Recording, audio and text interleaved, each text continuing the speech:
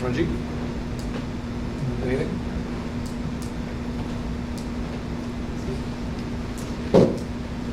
Peter? Or Aaron? I'll say one thing. I'm not really officially part of the committee, but I just wanted to say that there's really nothing nefarious or suspicious about having consulted with the law department before we brought this here. It's No, more, I'm not suggesting that. Okay, I just wanted to make sure that we're clear about that, that it's really, we do this as a matter of course Of in course. all of the work we do, because we don't want to go down a long road with the committee, set up a set of expectations, and then afterwards have to say, oh, by the way, turns out the law department thinks this is a really bad idea, or it's not enforceable, or it's not implementable. So that's really the only reason why we had the conversation with them. So I just wanted to make sure everybody knew what the logic was. Right? No, it's just, the comment was that, the law department and the city manager said, small business owners and leases 5 years and expenses and so forth. And that seemed to be representing another stakeholder that isn't necessarily in this room. And I'm wondering why the city departments are representing those stakeholders. Well, Well, and also residents. It's Yeah. like, Yeah, so, Yeah. in fact, I mean, it's- if you just bought, or, Steve just bought a place, did his electrical work, well, not Steve, he can do it easily, but Peter just did electrical work in his building, in his home, invested a bunch of money, and suddenly finds out the rule has changed. It'd be nice to just give a little bit of phase in time, so we're not hitting Absolutely. somebody with a sudden change. So I think that's really the rationale. I don't think that there's a magic to the 5 years. It could be, I think 1 year just felt awfully short. Maybe the committee wants to recommend a different number. You want to say 3? The council will discuss it. The council might pick 4. Who knows, or 2. And I also wanted to suggest that we have some way of asking people to mitigate what they have, even if they're not changing out the full fixture. I thought that was actually a really important point that you made, and right now a lot of the focus on the neighbor brochure is on explaining the ordinance. Yeah. But I think we could actually flesh out the things that people can do Yeah. today, like if there's a simple shield that people can buy and clap on, just say, hey, consider this. I mean, we're not telling you have to do it, but it's really working with your neighbors. So I think things like that are totally valid to add in. So I think we will certainly look into fleshing that out. And also, within the prescriptive method especially, it's always directing people to direct the fixture as much as possible within the brochure, away from the other property. Yes, but it's not required. That's the problem, because if they're a good neighbor, they're going to do that. But if they're not, they're not. Right, and if they're not, they're not. And then with that, you need a standard where, for example, if you talk about shielding, I think that you could say that it can't be, then it becomes an interpretation for ISD to figure out, can that fixture be retrofitted with shielding, or can it not be retrofitted with shielding? There's issues that are technical issues that may come up, where with this ordinance, we're trying to come up with something that's easily simple, especially with Charlie Teague's petition. He was wanting to make sure that it was clear and it had measurements that could be applied by ISD for the enforcement process. But again, we can still push heavy to talk about those components that wouldn't require an electrician. One of the biggest things is down wattage. Yeah. Is drop the wattage. I'm sorry, I can't hear you. One of the biggest things, the immediate things, is down wattage of the fixtures. People Yeah, with over sure. wattage for fixtures, whether they be incandescent or compact fluorescents. Charlie brings up a good point that people who have put LEDs in, they're expecting 25 years. I don't think that they're going to get 25 years. But it was trying to get the light levels down. Yeah. And then, the secondary part was, well, if you needed more light, you've got to shield them, sort of thing. So that's, And that's down what we pointing. hoped was the down wattage was going to help more immediate. But none of that's required here, right? No, I mean, that you- was her And- point. But you got- None of but this you- is You required. replace the lamp. But you No, have but a- that's not a limit, required. though. And in other words, I have, That's the, just to make sure this is clear, that's the point of the ordinance, is to require it. But not anytime soon. Is Within a in- period in- of time in- for in the existing other- lights and for no, all new lights. Wait. What's Involves. not required is that you have a fully shielded light pointed directly away from anybody in particular. That is not required. it's not required that the light not trespass onto your neighbor's yard. And there's no way of enforcing that still. So, you know, if. But that gets, with any fixture or any bulb that is replaced has to meet the new standard. And that would be the same with the zoning Right. ordinance as well. We wouldn't be able, I mean, with the zoning ordinance, that would automatically grandfather in all existing fixtures that couldn't be touched, period.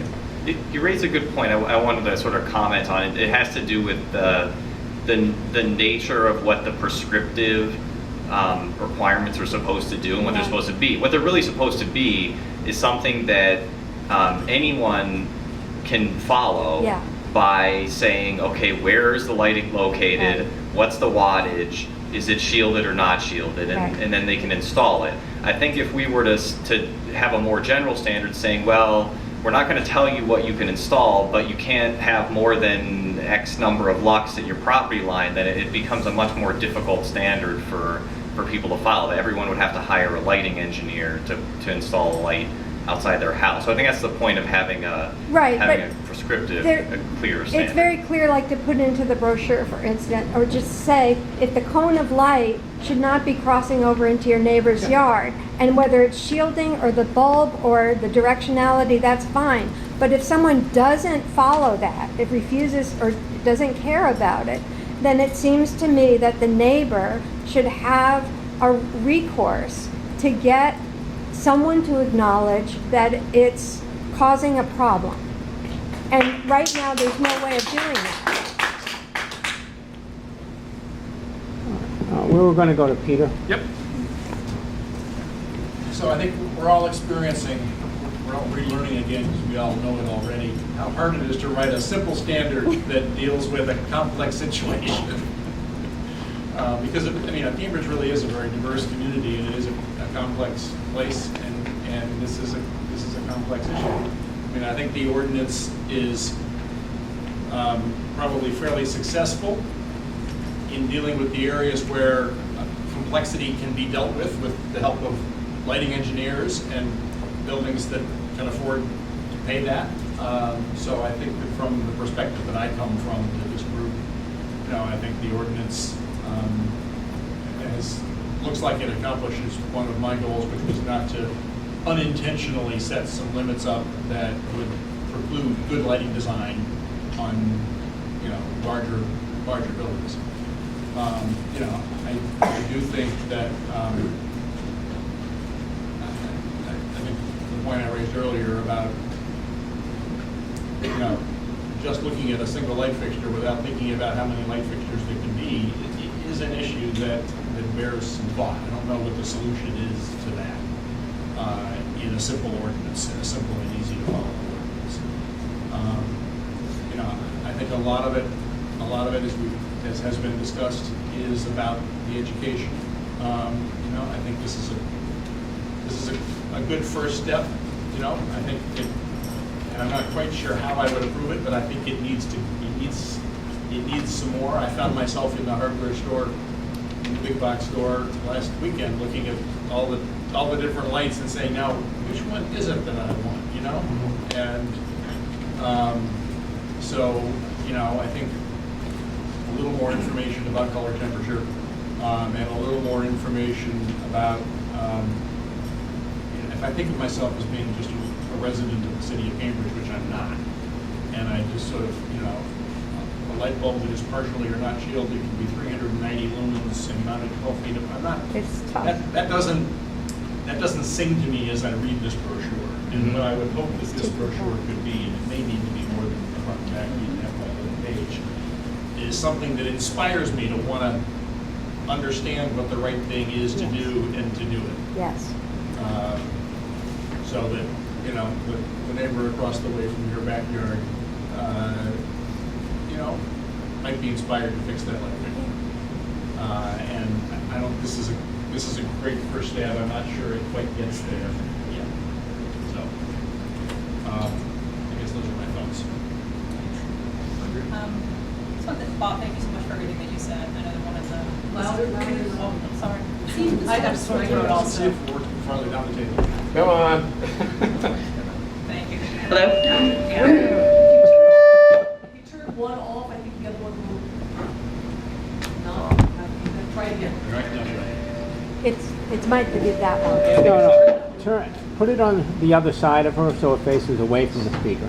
All right, you know what, I have a little sore throat, but I just have a couple things to say, so hopefully you can hear me. Let me know if you cannot. Thank you, Bob, for everything you said. I know one of the main reasons I've been attending, not just because of working with Roger for enforcement, but also is the safety issue, as many of you know in the audience. I've lived in your home very late at night, doing noise ordinance, readings for noise, and one of the safety level that I need, felt a lot with the light and where we are with how bright it's going to be. So I do appreciate everybody keeping safety in mind as we do this.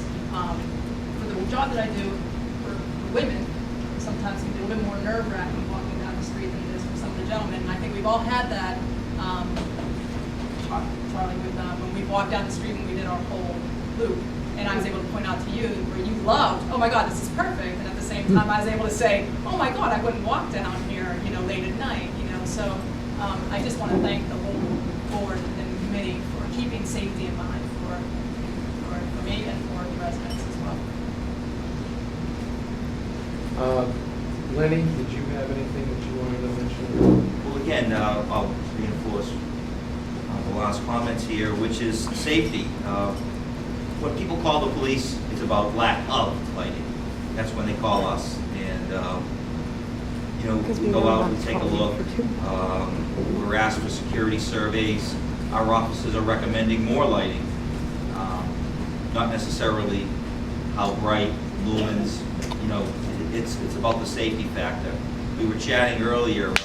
I've received 2 complaints about safety considerations in the neighborhoods, and one was Avon Hill, which is historically always calling us about lighting. It's usually because of overgrown trees, and we got to call the forestry department to cut back the trees to get those lights shining down. And then there was another one in Harvard Square the other day. They were complaining that a part of Harvard Square, one street, had bad lighting, and there is no bad lighting on that street whatsoever. But that's what people complain about. That's what we have to respond to, and we do take that seriously. Safety issues, and that's what we're concerned about. We perform what's called crime prevention through environmental design on buildings, on streets. There are actually regulations when new buildings are being constructed that it has to pass through that process, and those are our concerns. Color, temperature, wattage, I leave it to you. Steve, is there anything that I can reiterate what Mike said. I take the calls all the time with you know, the lights out, get them fixed. You know, before I went on this committee, you know, I was out there to get everything lit, sometimes as bright as possible. And that was how I always approach things. That was asked of us. And I have learned a lot of being on this committee. You know, with concerns of many people in different areas and in different instances about the type of light, the color, and how it shines. And it needs to, the ordinance definitely needs to give and take somehow if we're really going to make it work. You know, to have it at all, otherwise it's too stringent or one way or the other. So, one of the questions I've got, I guess, because I know that just for clarification, with the process as far as the application of this with Ranji. Could you use somebody? Sure. So, one of the questions that was brought up about this for the process was. I'm sure the mic's on. Is that better? Can you hear me now? Okay. So one of the questions that was brought up was regarding when ISD can handle the enforcement process when they get a complaint they would go out to the site and they can go on the property, just for clarification, if the complaint was made about somebody's property, correct? Or I just want to make sure that, Yes, usually we get permission. Can you get closer to the mic? Sir, yes, we get permission from the homeowner or the land building owner to get into the property. Yes. we do. So you have to get permission. get permission. We have to get, yes, we have to ask permission. We can't just trespass into somebody else's property without. Usually they allow us to come. Most, yeah. they do. and if they don't, what would be the process then? We had to make sure that the violation is there, so that we had to get a court order to go into the property. What violation? Well, for instance, in the past we had this, I've been working with Charlie too on this light violation on 7.2 on several cases. We call the owners and get permission, says there's a complaint about the lights. They do allow us, most of the time they've allowed us to come if they're going to their property and we investigate and, we apply section 720 for lighting. So they're good neighbors. Yeah, they accept our request. So, But hold on, let's just continue. Yeah. You said the word court order, and Yeah. you and I have personal experience Right. with the court system, and so for It's off. in the old St. John's schools, we went to court and we got it was 11 months, right? And then to get that place cleaned up, and then 43 Cedar Street, that's like over 20 years to get those things cleaned up, and it's still not done, right? And we've gone, and you actually had a jury trial, and But they've started cleaning up. but I'm just saying that we don't, when you say court, we actually mean the real court and going through the long legal process, right? It's not, people could die in that time, right? Yeah, but I'm just saying. courts have more serious work to do than check on lights. I'm not disagreeing, I'm just saying, if someone says, I want to keep my lights, Ranjit, just stay on the other side of the fence, that's really a very realistic position. And that would be with any ordinance though. Yeah. That, regardless of what standard is chosen, that's with any ordinance. Well, not for light trespass. If the standard is the light shining in my window, yes or no, that's something different. And when you're saying, well, is that a 40-watt light bulb or a 60-watt light bulb, you have to go over the fixture and unscrew it. It's quite a bit different, and that's the fundamental weakness of the prescriptive thing, because as Jeff described, it's designed to be easy for someone to go down to Home Depot and say, I can buy this and I can install it this way, and it's a great way of thinking about things, but it doesn't address the problem. That it addresses one guy's problem, doesn't address the other guy's problem, the trouble is we get hung up on this and we get nowhere near the aspirational stuff of like the net zero people for like dimming all the lights in the city. Anyways, all right.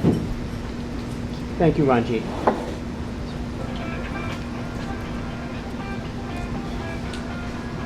It's getting called to look at the light. So, is there anything else? I'd like to hear from public. We'll wait. Definitely we'll get to the public comment and definitely early unless you have something else you want to mention. Well, I just want to say that clearly this process is going to take more time. I would like to put out an advisory brochure and not wait until the ordinance comes out, just to provide some guidance for people who are going out to Home Depot and buying, big box store and buying those lights.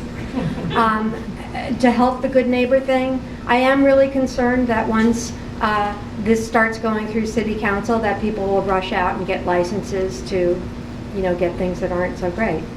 I want to know if there's a process that's better than this, where, like, instead of like performing in front of a group, we can really sit down and understand how these lead standards really apply, how those bug things and how they protect neighboring properties.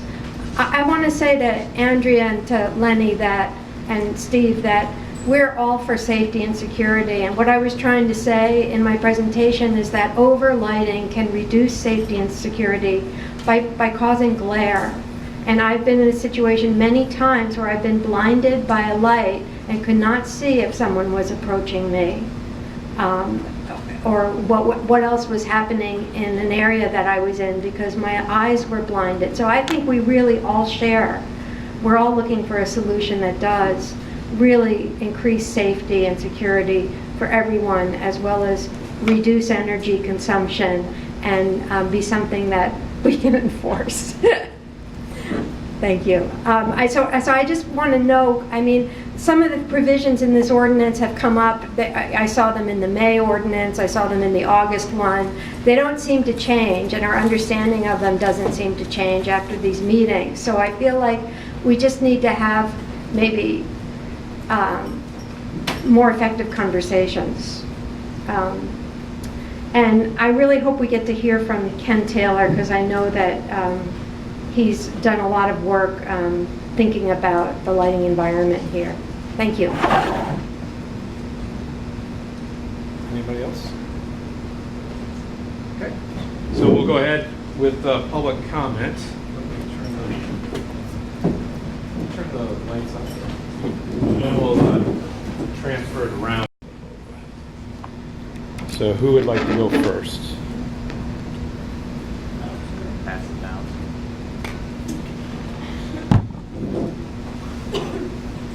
Working?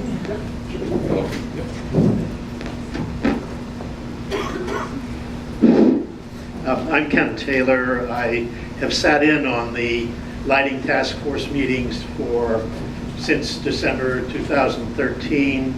I think this meeting today actually illustrates the value of having more frequent meetings, because I heard something today which hasn't really been focused on, and that is the conversation you've just been having, and that is the importance of having enough light and the importance of not having too much light, however that's defined.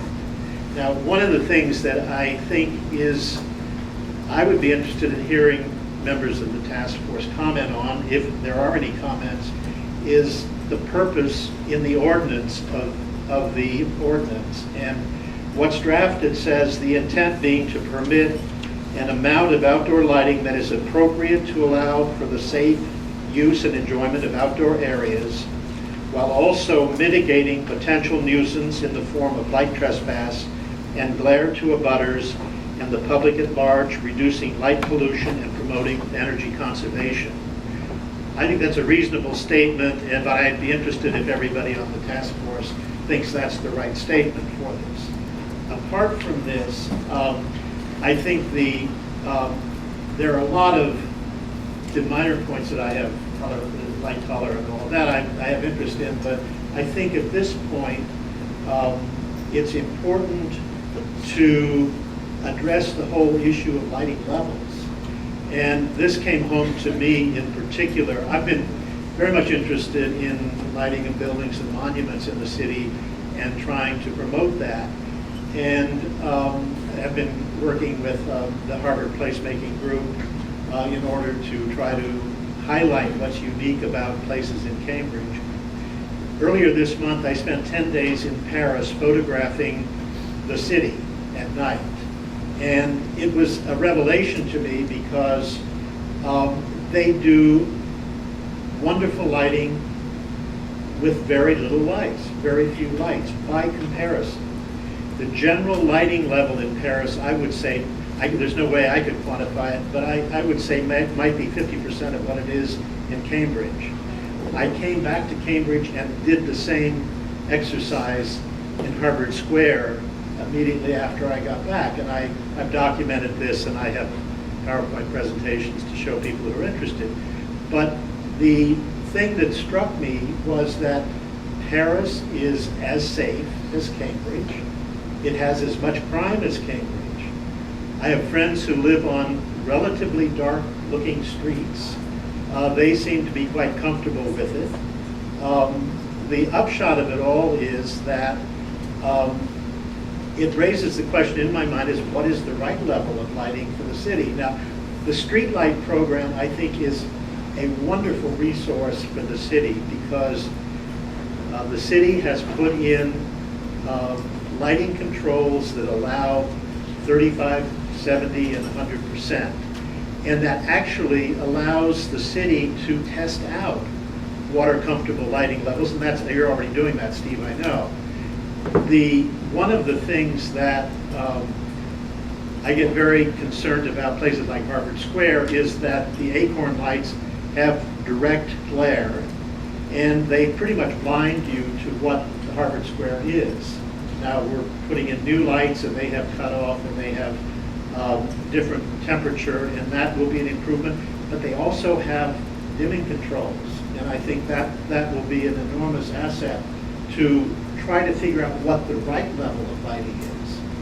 Now, Paris, 3 years ago, in fact, it was all of France, put in effect legislation which said that all businesses and all commercial retail operations will turn their lights off from 1 a.m. to 7 a.m. in the morning. And there are exceptions. It's not across the board. It's people who have reason to have lights on will have lights on. But they took the position that there's an enormous amount of energy conservation potential. They estimated in France, they saved, by turning off the lights from 1 a.m. to 7 a.m., enough power to power 750,000 households. Now, what that translates into, if you were to do that in Cambridge, I don't know. Yesterday, I attended what I guess was the last meeting of the Net Zero Task Force. No. Not the last meeting. The City Council review, yeah, the committee hearing.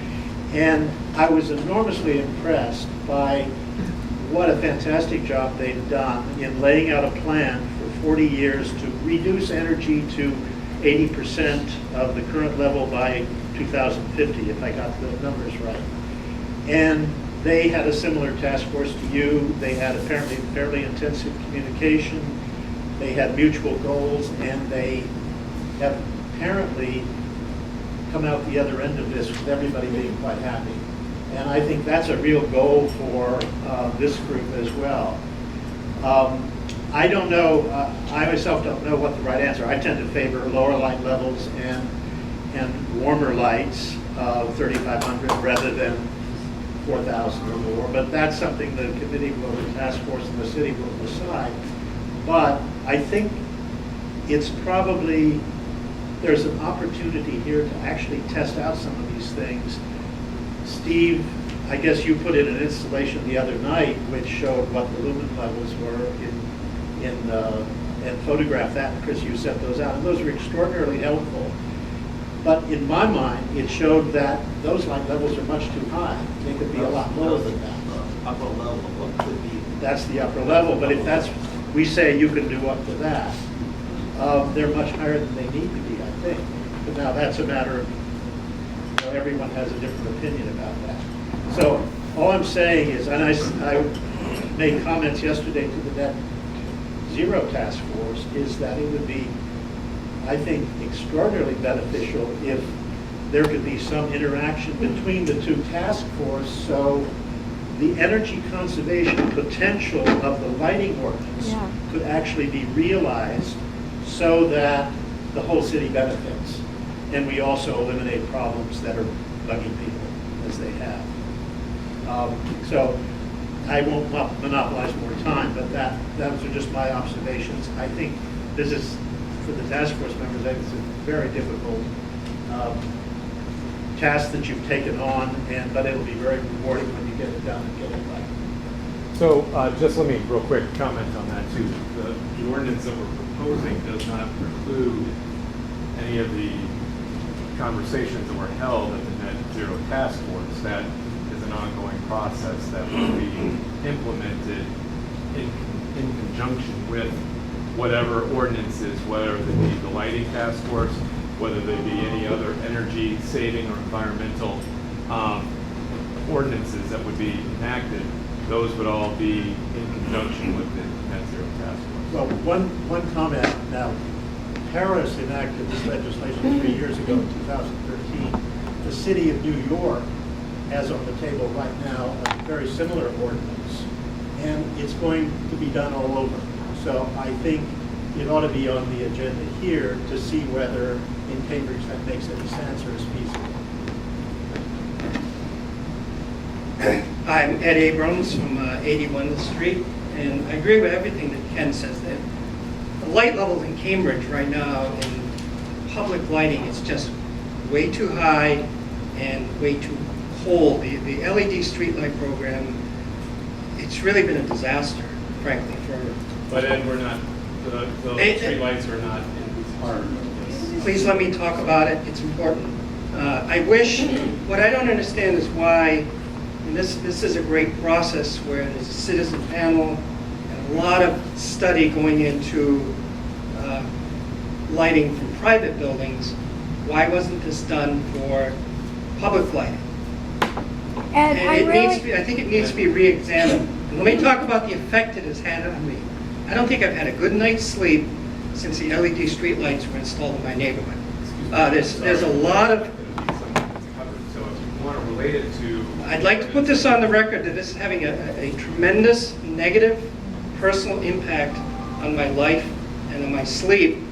And I urge the city to, and I email and call Steve once a week, never get a response. There needs to be a plan to fix the public lighting in addition to this ordinance. Thank you. And I'd like a response. Does anybody want to? No, I want to hear from everyone else here who's here on the agenda. Thank you. Quentin Zondervan, 235 Carter Medeiros Avenue. And I actually served on the Net Zero Task Force and want to echo Ken's observation that it was actually a very successful process, I thought. And this is my first time at this task force, but to be honest with you, I'm a little bit appalled. I mean, people are just talking past each other, you know, making excuses and answering the wrong question. I think you have a really broken process, and I think you'd make a lot more progress if you went back to the beginning and said, what are we trying to achieve here, and how do we get there? I mean, we talk about safety. That has almost nothing to do with the issues we're talking about here in terms of light trespass. I want to show you guys a picture from my neighborhood in East Cambridge.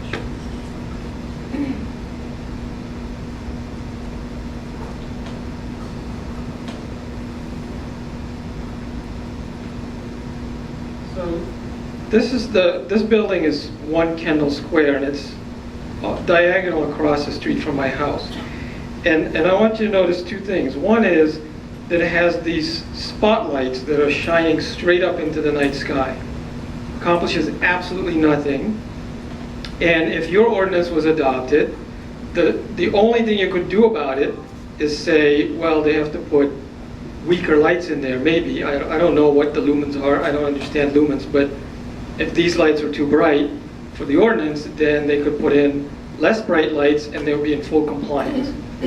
So that doesn't solve the problem of people shining lights unnecessarily all night long straight into the night sky. The other thing I want you to notice is that most of these floors have no window coverings. So when the lights are on inside the building, which your ordinance doesn't address at all, that light is still spilling out into the street. And again, this goes on all night long, right? Why is that? Why don't we say in an ordinance that, as they do in France, you gotta turn off the lights? There's no reason for these lights to be on all night long. We have motion sensors now. You know, if we want to deal with safety issues, and we say, well, if somebody's walking in this particular pathway, they need to have some light, put a motion sensor on it. The light will go on when they walk there, and the rest of the time, it's off. We don't need to keep the lights on all the time. In terms of enforcement, I've had many years of experience in the city, and I'm not blaming anybody. I understand the challenges that we face trying to enforce the rules that we make, because it takes work. But, you know, my dog was attacked by another dog that was running around off leash. We have an ordinance that says you're not allowed to do that, but it doesn't get enforced. There's no somebody walking around looking at, are you letting your dog off leash? We pass an ordinance about leaf blowers. It doesn't get enforced. I have to go outside every single year and talk to the landscapers and say, here's the law, you're not allowed to do this right now. And then if they give me lip, I have to call the police about it. And I know they have better things to do. So we really need to think through, how do we enforce these rules if we're going to make rules? Because otherwise, we're setting expectations and getting everybody excited, oh, we're going to fix the problem, and then it doesn't fix anything. These lighting issues are very complicated, they're very technical. Our founding fathers gave us a brilliant model for how to deal with those kind of issues. They said if somebody commits a crime, there needs to be a trial by a jury of our peers to figure out, did they commit the crime and how should they be punished? Why don't we adopt a similar system? As Charlie points out, going to the actual court system is a nightmare. It takes years, right? We could have some kind of hearing board in Cambridge that hears light-specific issues. And we can give them guidelines and so forth on how to adjudicate these types of disputes. So that way we don't have to precisely define exactly every possible situation in our ordinance, which is impossible. We can actually say, if we can't figure it out from the ordinance language, then you go to this hearing and people will decide. And these are people who live in Cambridge and who actually have experience with these issues and care about making sure that these disputes are resolved. If all of that fails, then you can go to the courts. That's all I have to say.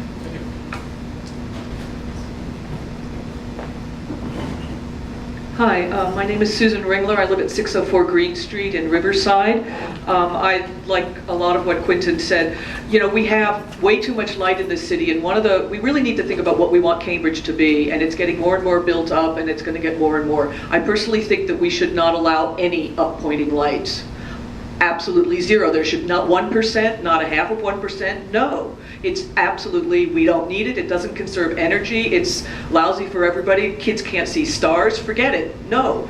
We can simply make these rules because we're Cambridge and we want to live in a quality place. So we need to actually decide, what do we want? I think that's one thing that a whole lot of people in this town would agree with, and it's not in your ordinance. Also, I'd like to look at some of these exemptions you give. So your temporary exemption for holiday lighting lets me have 60 days of lights, turn them off for 30 days, put them on again for a different holiday for 60 days, turn them off for 30. So you basically let me have 8 months of seasonal lighting without anything. I think that's ridiculous. It should be way lower than that. I don't know how to do it, but make it something enforceable and a lot less than 8 months. No particular building in this town needs 8 months of seasonal lighting, whether it's my house or City Hall. It's like not needed. Next, okay, temporary lighting for work areas. They were just doing some work on a building on the corner of Putnam and Mount Auburn, and they had work lights, and they were all incandescent bulbs, and they were there for 60 days. It is absolutely ridiculous. If you're going to have a work area in Cambridge, you're going to put at least compact fluorescents or something that uses a lot less juice in your temporary lighting. This is very simple. Let's just do it. Next, lighting for public parks is completely exempt. Well, no, I think we should look at our public parks. I think we should look at lighting pathways, but with a lot more downlight that's directed and a lot less overall light. I think we should look very specifically at play areas. Yes, a basketball court needs a certain amount of light, but only certain hours. I think we can do a way better job of just having enough light and not too much light. So I think you've got a lot of work to do. Those were just a couple of examples. Thank you for everything you've done, and please continue.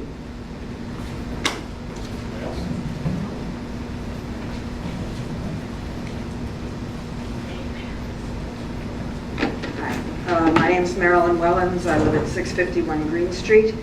I can thank you, but I must say that I am very disappointed at the draft that I have gone over.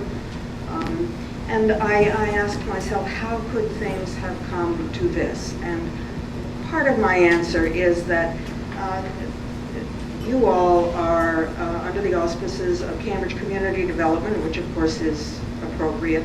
You're under the section of economic development. Now, I believe that we see reflected in the draft the overwhelming preoccupation that the city has with its economic development, and very little, if any, attention to other issues that this problem raises. For example, public health issues. I know that you had a panel to address public health issues about the street lights, but there's no representative of public health on the panel, on your task force.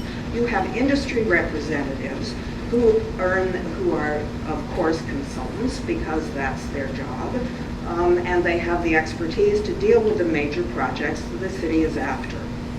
But when it comes to how people who live in the city with the lights that are here and that are coming, this draft does not do the job.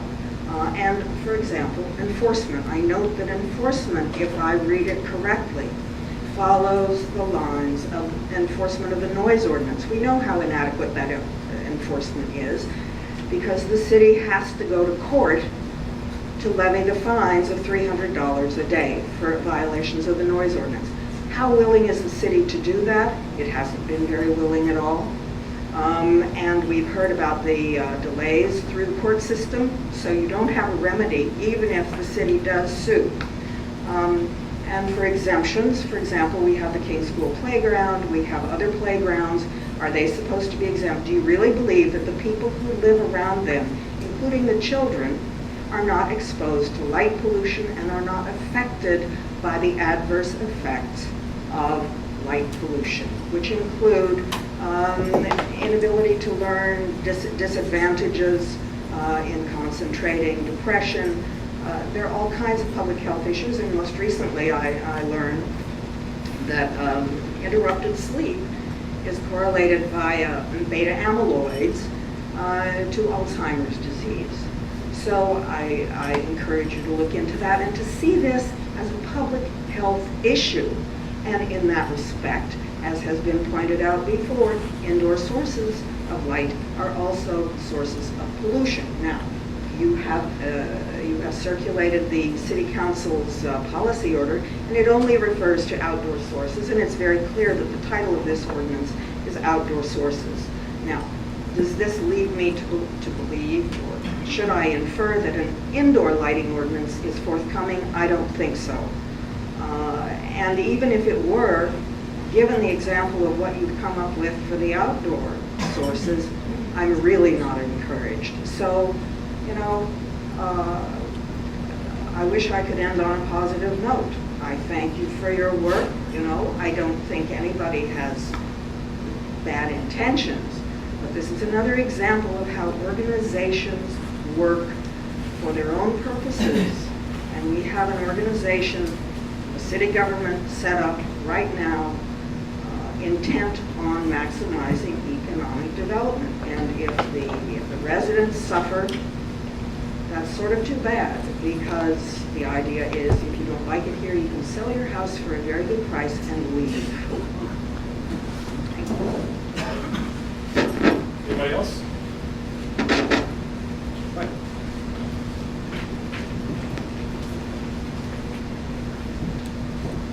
Glenn Heinmiller, resident of Mount Vernon Street and also a professional lighting designer.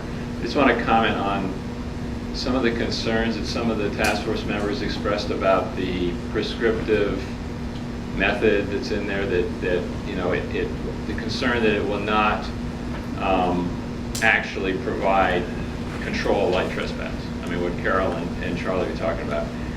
That, and I think that that's a valid concern. But I think that we have, what I would encourage the task force to think about is like how incredibly hard it is to write an ordinance that is simple enough that an average property owner can comply with it, and that it's enforceable by inspectional services. How hard that is to do. And we have to think the prescriptive method is what will be used by the vast majority of the property owners in the city if this ordinance, you know, goes into effect. That's the one we really have to think about. So where does the metrics that are in the prescriptive ordinance come from that in the draft, right? They come from, as Paul and Jeff mentioned, from the model lighting ordinance, which was developed by the International Dark Sky Association. And I just want, my little comment for you is, it took 7 years to develop a model lighting ordinance by a committee of volunteers who are all experts on light pollution control and on illuminating engineering. They've been working, and they'd all been working on that topic for even years before they started the committee. So part of the reason it took 7 years is because it's friggin' hard to do. So it's possible that what you've come up with so far may be the best thing. Maybe there's a better way to do it. Because we all like to have an ordinance that says, I'm not going to have problems with light shining in my bedroom window. I mean, that's all we really want. It's something that if I don't like the light shining in my bedroom window, I can call and someone can go out and measure and complain and boom, it's fixed.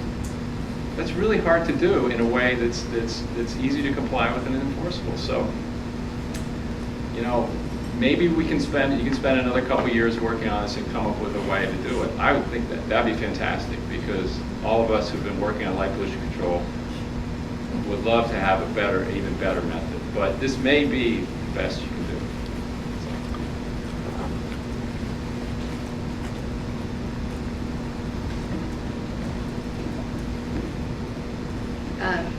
My name is Carol O'Hare. I too have never been to one of these meetings, and I'm just going to comment on a couple of things that I picked up during this meeting, and that is, they are matters of process. The process seems to be problematic in that the draft that was just circulated, which apparently is very complicated, was given to the public and the task force members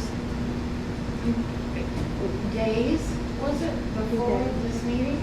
May 29th was the narrative for what the framework would look like. I'm talking about No, the we didn't actual get it. ordinance. The specific ordinance language was passed out last Thursday. Okay, is that really enough time for No. anybody to understand it? Because I am experienced at reading ordinances, and it's way over my head. So I don't understand how you expect the public or the members of the task force to be intelligently commenting on this. This is the problem is this is a typical Cambridge problem. It happens in community development throughout. I have been complaining about it for years, that the city gets its experts and its business people involved and then pops it on the public at the last minute. And they have to do just extraordinary work, like Ms. Alpert did, in order to make it clear that the process is ridiculous. It's a charade in many ways. And so I urge you to use this, what you've got, as a starting point. But don't rush this through. It has many flaws that were discussed tonight. And as this gentleman says, it takes years to write good law. And obviously the city law department isn't the last stop. I mean, there are plenty of people who write laws better than the city law department writes them. And as to enforcement, are you going to provide funding for more enforcement? Ms. Boyer is our noise enforcer, is that right? She's in. Is that the way it's going to be for lighting? I mean, she doesn't work weekends, do you? I actually do. Lots of times. Okay, but still, one person enforcing the noise ordinance, that would be typical. Ask Ranjit, how many people will be available? So write it clearly so that people can read it, understand it, and that takes time. Anybody else? We got one more.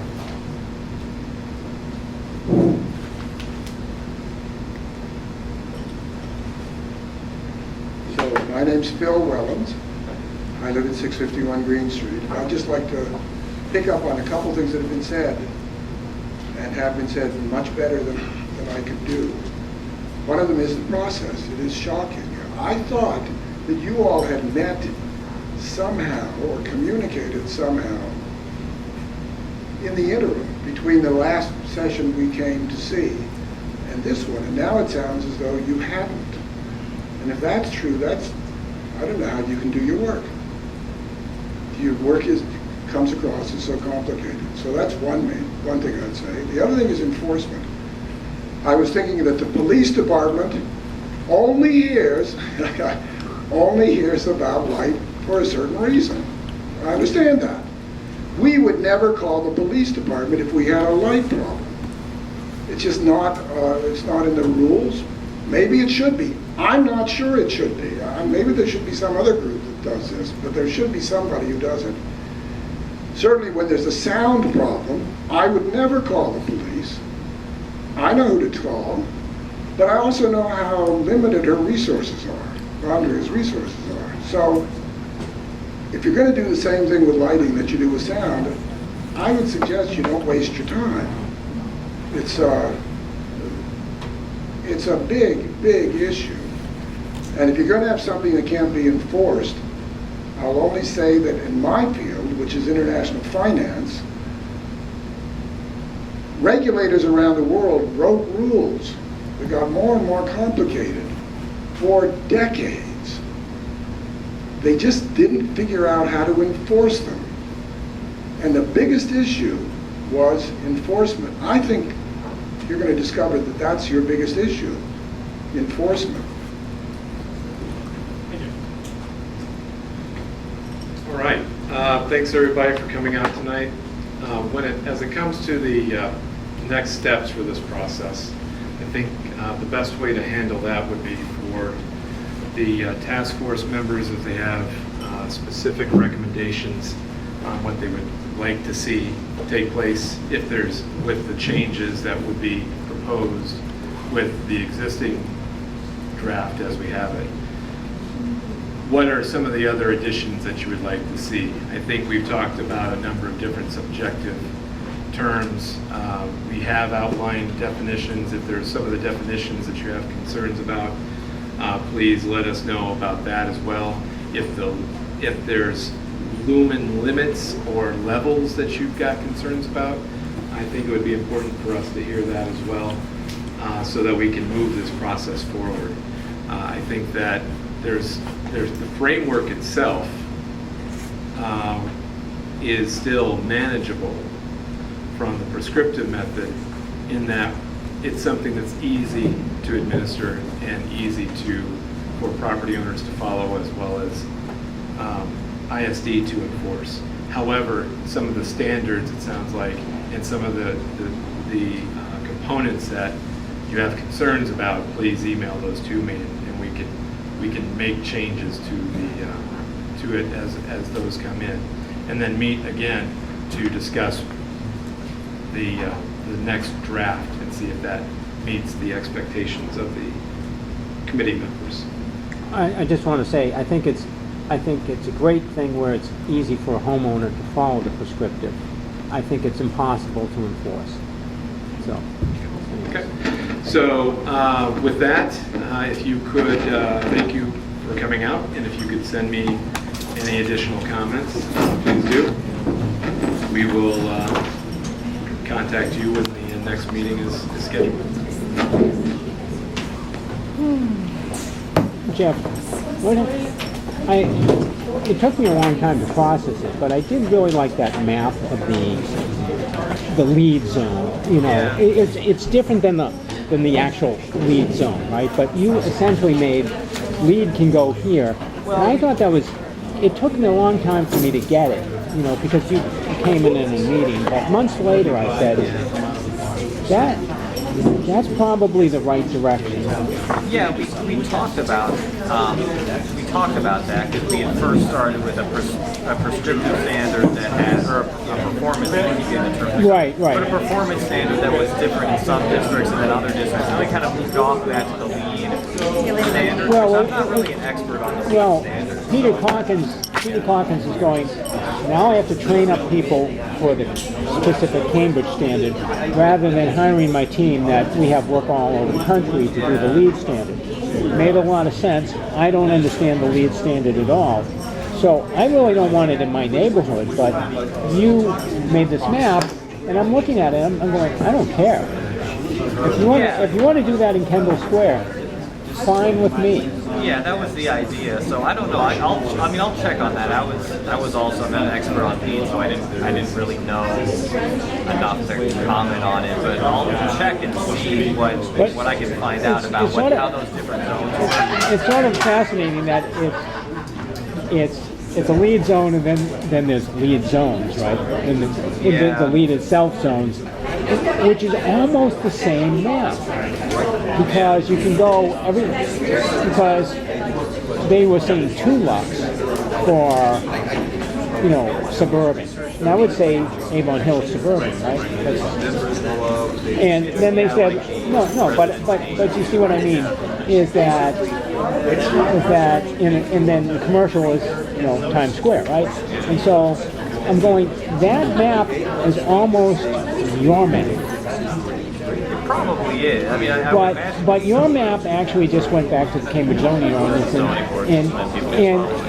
and it just becomes another overlay district. And it's a mechanism that we actually already understand, and it's just one more piece, right?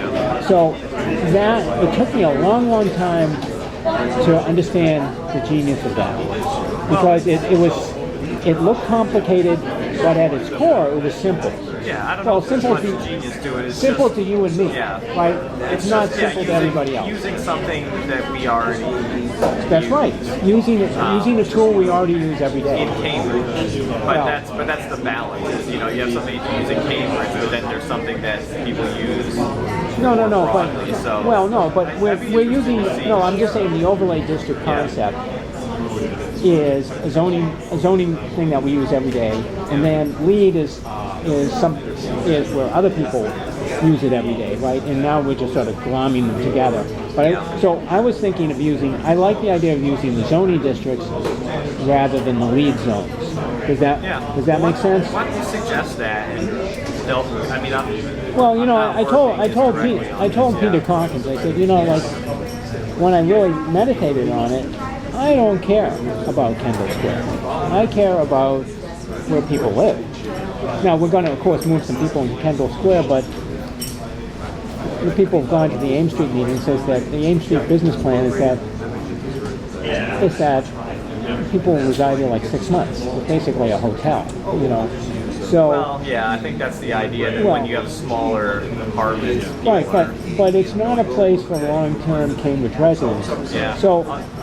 So my caring about it, if someone goes there for a while, it's not going to hurt them too much, right? Because they're not going to be there for so long. They're not cycle through. It's a different type of urban environment, so people have and they know what they're choosing to live there, right? And they understand where they're living, and then they move somewhere else. So, anyways, I just wanted to